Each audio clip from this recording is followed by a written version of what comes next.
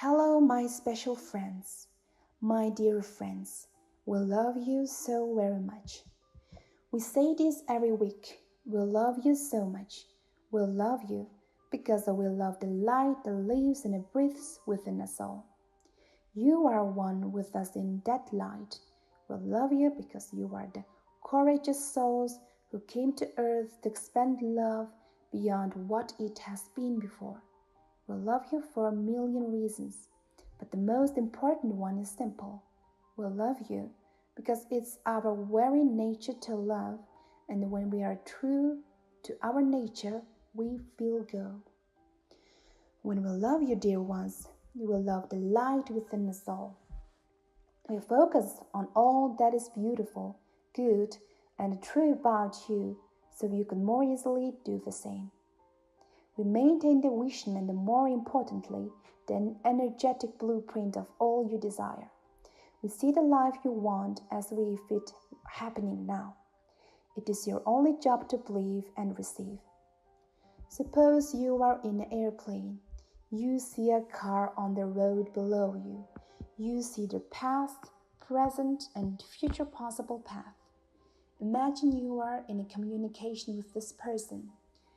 You hear this desire for this specific destination. From your position far above, you see this destination right now. You know the path to it. You see the future right here, right now. And you know without a shadow of a doubt that you can guide this person to the desired destination if they're willing to believe and receive your assistance. You get excited when you see the soul receiving your guidance. You love them, you want to help, you want them to have what they want. As a human being, you might get frustrated if they ignore your instructions or don't believe in your love. As an angel, you would always try to reach them with the utmost love and devotion. You would understand that the reception is sometimes clouded. You would never give up on this being that you love. If they pass the destination, you will lovingly steer them back toward it. If they went the wrong way, you wouldn't chastise them. You would only send them loving impulses to guide them back to their destination. If they didn't believe in your love or guidance, you would sit quietly and with all the love in your heart, focus on their joy, destination, and celebration. Never, as an angel, would you need acknowledgement because you love. Never would you feel frustrated because you love. Never would you give up because love never quits streaming through open hearts. And our hearts, dear ones, are wide open to create an ever-loving stream of guidance. Your only job as a human being is to desire, believe, and receive. Most of you have mastered the art of desiring. Many of you intellectually believe in our love and assistance. Most of you are still learning to become better receivers. When we speak of receiving, we're not talking about it in the way you would receive a coin and place it in your hand. Instead, we're referring to being energetic receivers.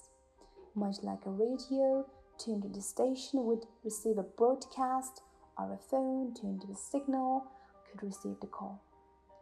In order to receive what you want to receive in your life, you must be attuned to it so you can receive its signal and our signal before you were able to receive the actual thing.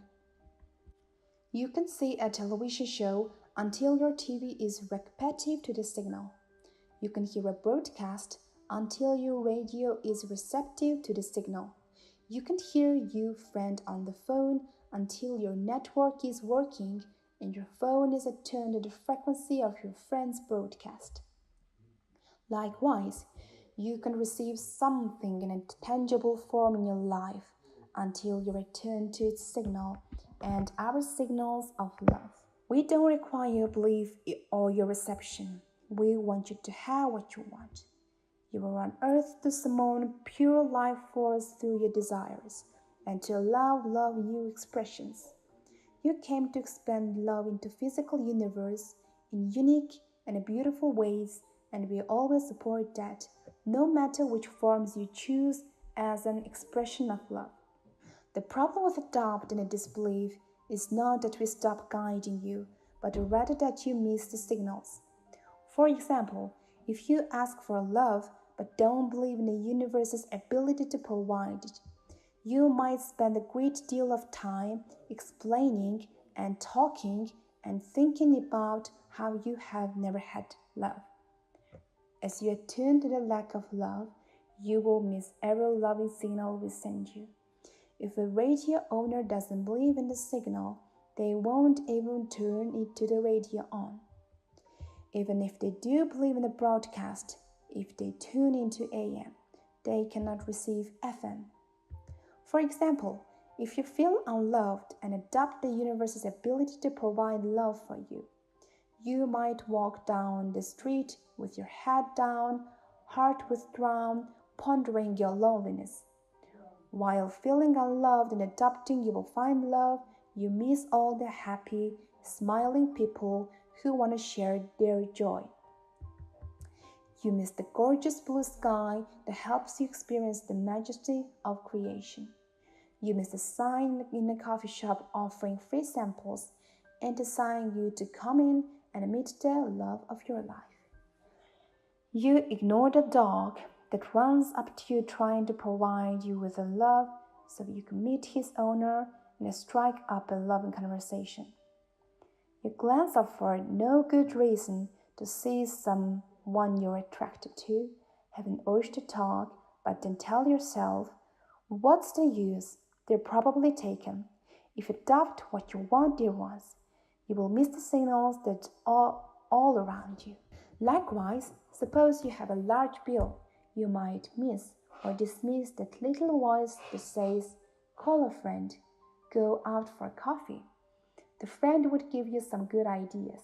You might ignore the desire to explore a hobby that could become an entirely new income stream simply because you feel you cannot play until after you pay. You will relax as you learn to desire, believe, and receive. You will think of what you want with joy, anticipation, and a sense of adventure. You may even let it go entirely, relax, and enjoy your life, trying that what you want will arrive in a perfect divine timing. You may allow yourselves to explore interests that sound enticing, visit friends, do things out of the ordinary that appeal, or sit in peace. These things are all things your logical mind might talk to you out of doing.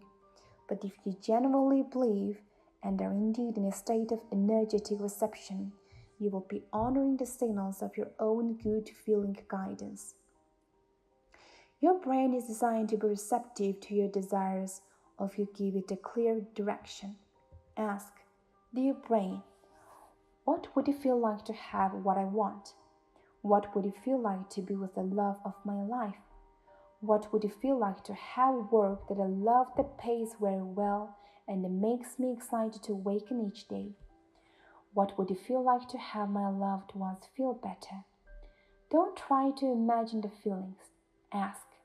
Wait for your brain, the most incredible tuner in the universe, to find that frequency you requested. Wait for the feeling.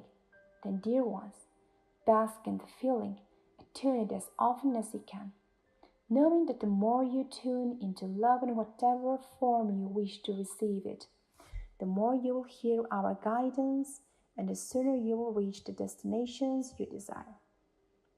The Creator moves the stars in a perfect orbit, orchestrates entire ecosystems, inspires your body cells to maintain balance, and will, if you become receptive to your desires, inspire you on a joyful path to their realization.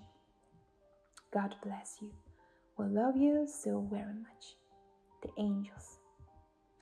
When we are in alignment with our heart consciousness, we can use our imagination in creative and life-transforming ways. We can imagine that we are the Creator, infinite in every way and present in full awareness of all potentialities everywhere and always. We can choose how we feel about ourselves in the most wonderful and magnificent ways. If we want to experience ecstasy and love forever, we can create the presence of older conscious, infinite beings that allows us to interact in enjoyable life in enhancing ways. We can create the kind of things that we want to interact and be with. Now imagine that we are those things. Imagine that we are created to share in the living experiences of the Creator of all and to use our creative ability to design entertaining experiences to participate in with the Creator. Suppose this is what we are doing now. We are constantly creating experiences and interactions in our thoughts, feelings, and actions. In our perspective, we got to determine the quality of our experiences, and we offer all of them to the Creator, whose consciousness we share in every moment. We have ultimate freedom to think and feel however we choose in every situation. Whatever situation we are currently experiencing is present for us because of our design and intent.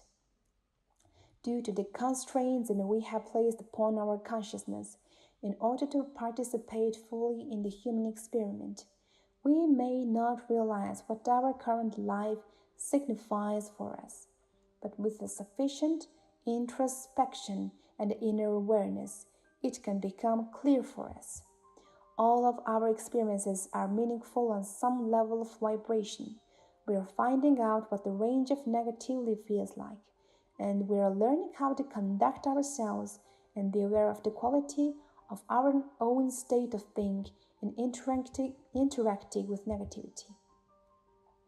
If we are perceptive and open to receiving inspiration, we can know that we participate in a greater consciousness than our biological ability would allow.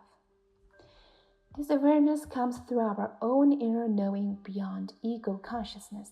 We are the companions of the infinite Creator and the fractals of universal consciousness.